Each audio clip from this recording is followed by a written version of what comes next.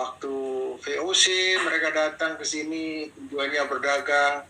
Setelah berdagang banyak untungnya, memaksakan untuk menyerahkan hasil bumi kita ke Eropa karena mereka membutuhkan rempah-rempah dari Indonesia.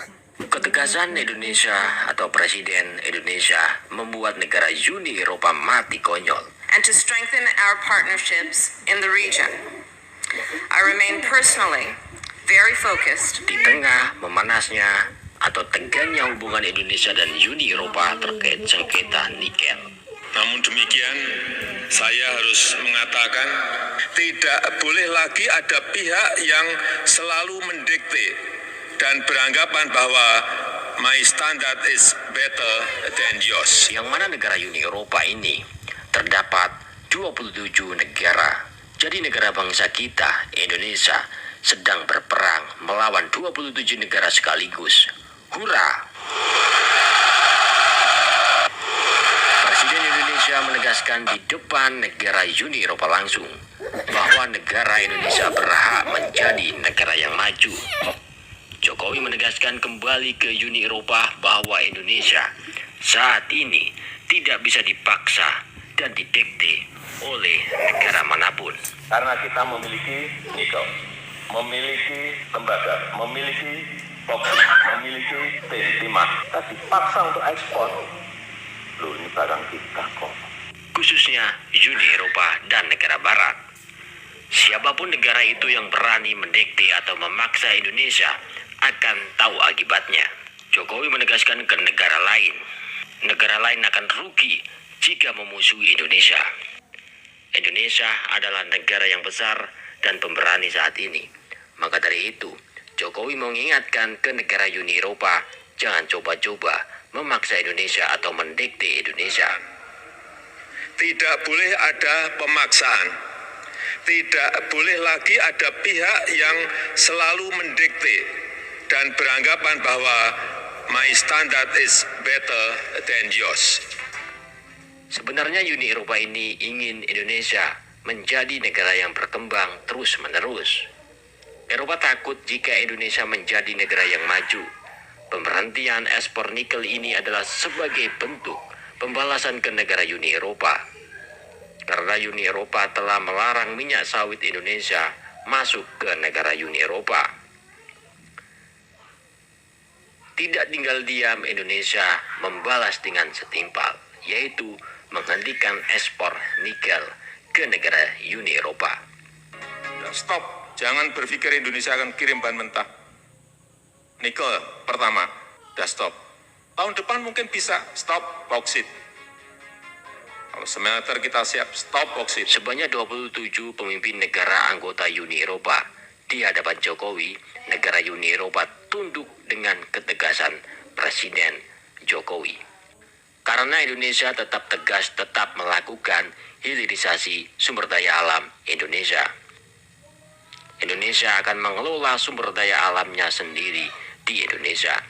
Karena Indonesia ingin menjadi negara yang maju dan membuka lapangan pekerjaan yang luas. Dan Jokowi menyinggung pemimpin negara Uni Eropa. Jika kita ingin membangun sebuah kemitraan yang baik, maka kemitraan harus didasarkan pada kesetaraan. Tidak boleh ada pemaksaan. Tidak boleh lagi ada pihak yang selalu mendikte dan beranggapan bahwa my standard is better than yours. Ucap Presiden Jokowi di depan pemimpin-pemimpin Uni Eropa. Tidak boleh ada pemaksaan. Tidak boleh lagi ada pihak yang selalu mendikte dan beranggapan bahwa my standard is better than yours. Melihat keberanian Jokowi ini membuat negara atau pemimpin-pemimpin Uni Eropa pelongo-pelongo.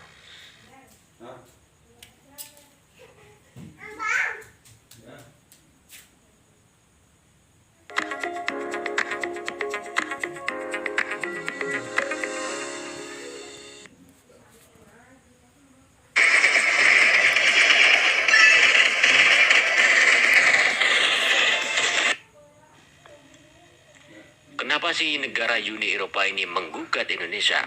karena industrinya banyak di sana. Nah, kalau kita kerjain hilirisasi nikel di sini atau di Indonesia, artinya di sana ada pengangguran atau pabrik Eropa atau industri di Eropa tutup. Tapi negara kita atau Indonesia ingin jadi negara maju, bukan lagi negara yang status berkembang. Maka dari itu, hilirisasi harus dilanjutkan. Retno Marsudi menyampaikan terdapat dua hal yang ditekankan Presiden terkait hal tersebut.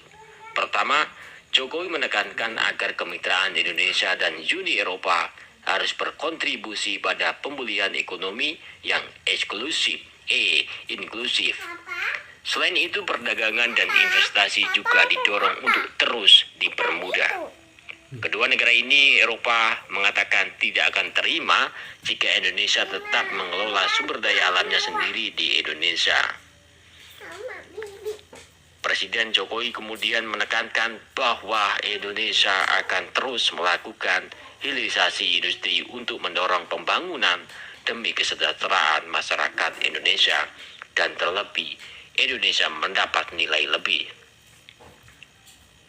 Soal ini masyarakat Indonesia sangat-sangat mendukung karena Indonesia akan mendapat nilai tambah dan Indonesia sudah pasti akan menjadi negara yang disegani oleh bangsa Barat dan Uni Eropa. Presiden menyampaikan keprihatinan atas proposal regulasi deforestasi Uni Eropa yang menghambat perdagangan. Presiden Jokowi menjelaskan bahwa Indonesia akan terus membangun hilirisasi industri untuk mendorong pembangunan yang lebih inklusif. Jokowi menegaskan tidak takut negara manapun, khususnya Uni Eropa, yang telah melarang mengelola sumber daya alamnya di Indonesia.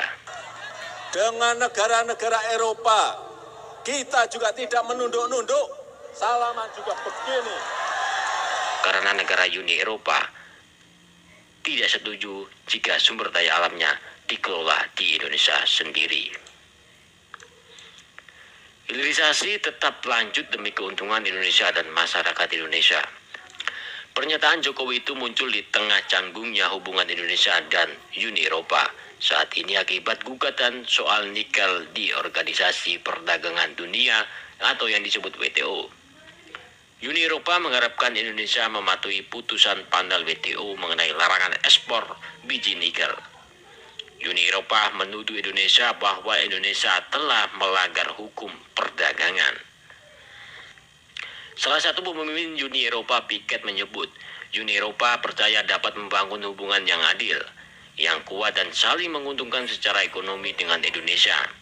Hilirisasi dalam penggunaan komoditas alam dan sumber daya alam di Indonesia juga diharapkan tetap menghormati hukum, ucap pemimpin Uni Eropa.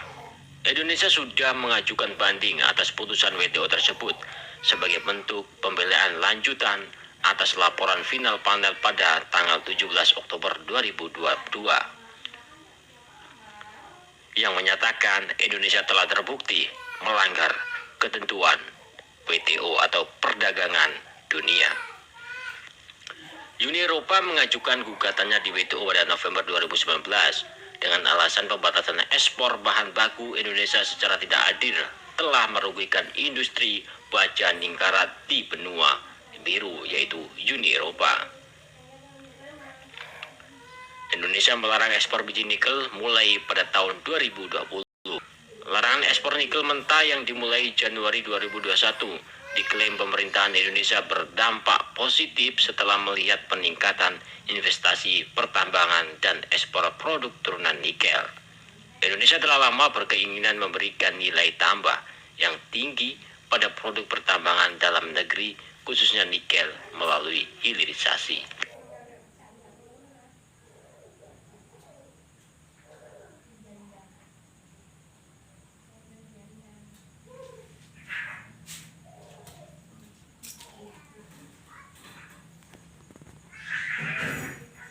Emang vonis white lebih bagus dari pemutih? Coba aja ibu bandingin.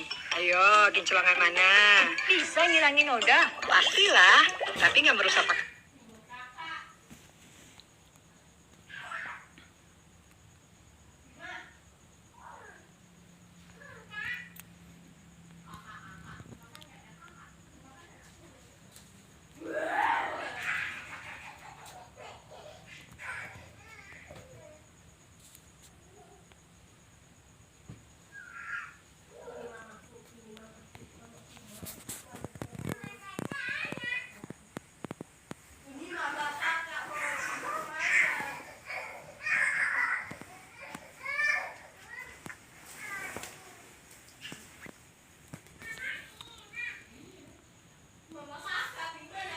Semoga dengan tindakan yang tepat yang dilakukan Presiden Republik Indonesia Haji Joko Widodo akan membawa kebaikan untuk kemakmuran bangsa dan rakyat Indonesia ke depan. Kita perlu dukung oleh semua pihak tindakan Presiden kita yang telah mengambil keputusan yang tepat untuk mengolah bahan mentah menjadi bahan jadi atau hilirisasi di semua potensi yang ada di Indonesia. Mudah-mudahan Indonesia ke depan semakin jaya, semakin maju, rakyat sejahtera. Terima kasih. Wassalamualaikum warahmatullahi wabarakatuh.